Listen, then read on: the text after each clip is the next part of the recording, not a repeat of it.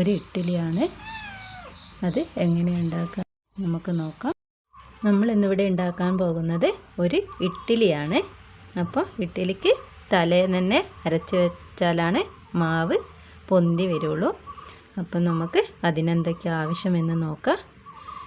പുഴുങ്ങലരി, പച്ചരി, ഉഴുന്ന്, പിന്നെ കുറച്ച് ചോറ് വേണം. അത് അരക്കുമ്പോൾ കൂട്ടിയാൽ മതി.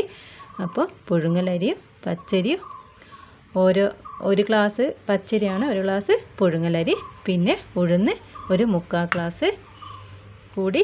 ഉഴുന്ന് നമുക്ക് ഫസ്റ്റ് വേറെ പുതിർത്താം. പിന്നെ പച്ചരിയും പുഴുങ്ങലരിയും കൂടി വേറെ പുതിർത്താം. ഇത് രണ്ടും ഞാൻ കുതിർത്ത് വെച്ചിട്ടുണ്ട്. ഇവിടെ കുതിർത്ത് വെക്കുക, അരി പുതിർത്തുക എന്നൊക്കെ പറയും കേട്ടോ. രണ്ട് വകയിലും പറയും, അതുകൊണ്ടാണ്. അപ്പം നമുക്കിത് കുറച്ച് കഴിഞ്ഞിട്ട് അരച്ച് വെക്കാം.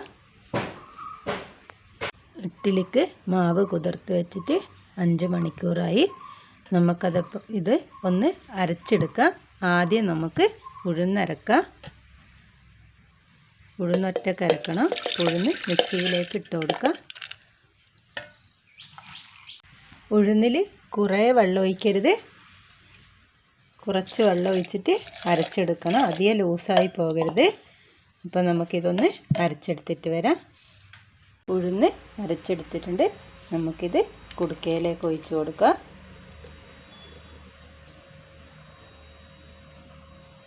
അത് കഴിഞ്ഞിട്ട് ഇതിൽ തന്നെ നമുക്ക് അരി അരച്ചെടുക്കാം. അപ്പോൾ അരി മിക്സിയിലേക്ക് ഇട്ട് കൊടുക്കാം.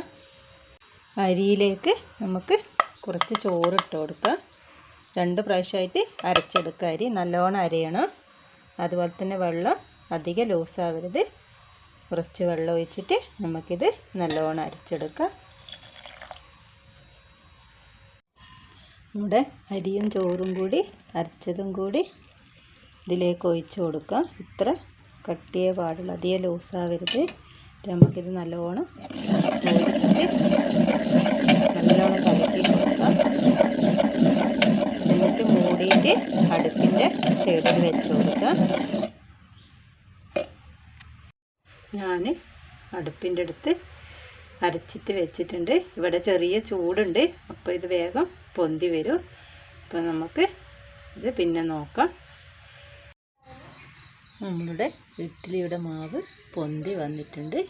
ഇത് നമുക്ക് എടുത്ത് വെക്കാം.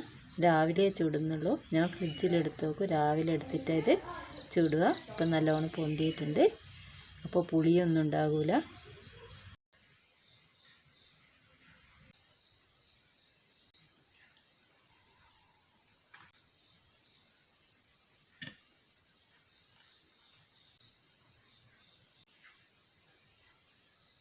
മൂന്ന് കളറിലാണ് ആക്കുന്നത്.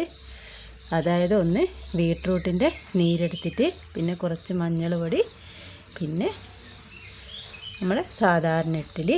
അത് പൊലച്ചക്കായതുകൊണ്ട് എല്ലാവരും ഉറക്കത്തില്ലേനു. അപ്പം ഞാൻ അതിൽ വോയിസ് ഇട്ടിട്ടില്ല. അപ്പം ഇങ്ങനെയാണിത് 3 കളറിലാക്കിയത്. നമുക്കിത് പാത്രത്തിലേക്ക് ഒഴിച്ച് കൊടുക്കാം.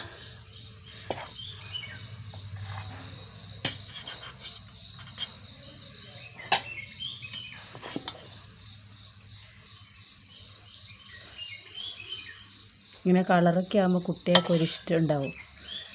ചെറിയ മക്കൾക്കെല്ലാം കളറ് ഭയങ്കര. അപ്പം നമ്മൾ ഇതിലൊന്നും ബീട്രൂട്ടൊക്കെ നല്ലതല്ലേ.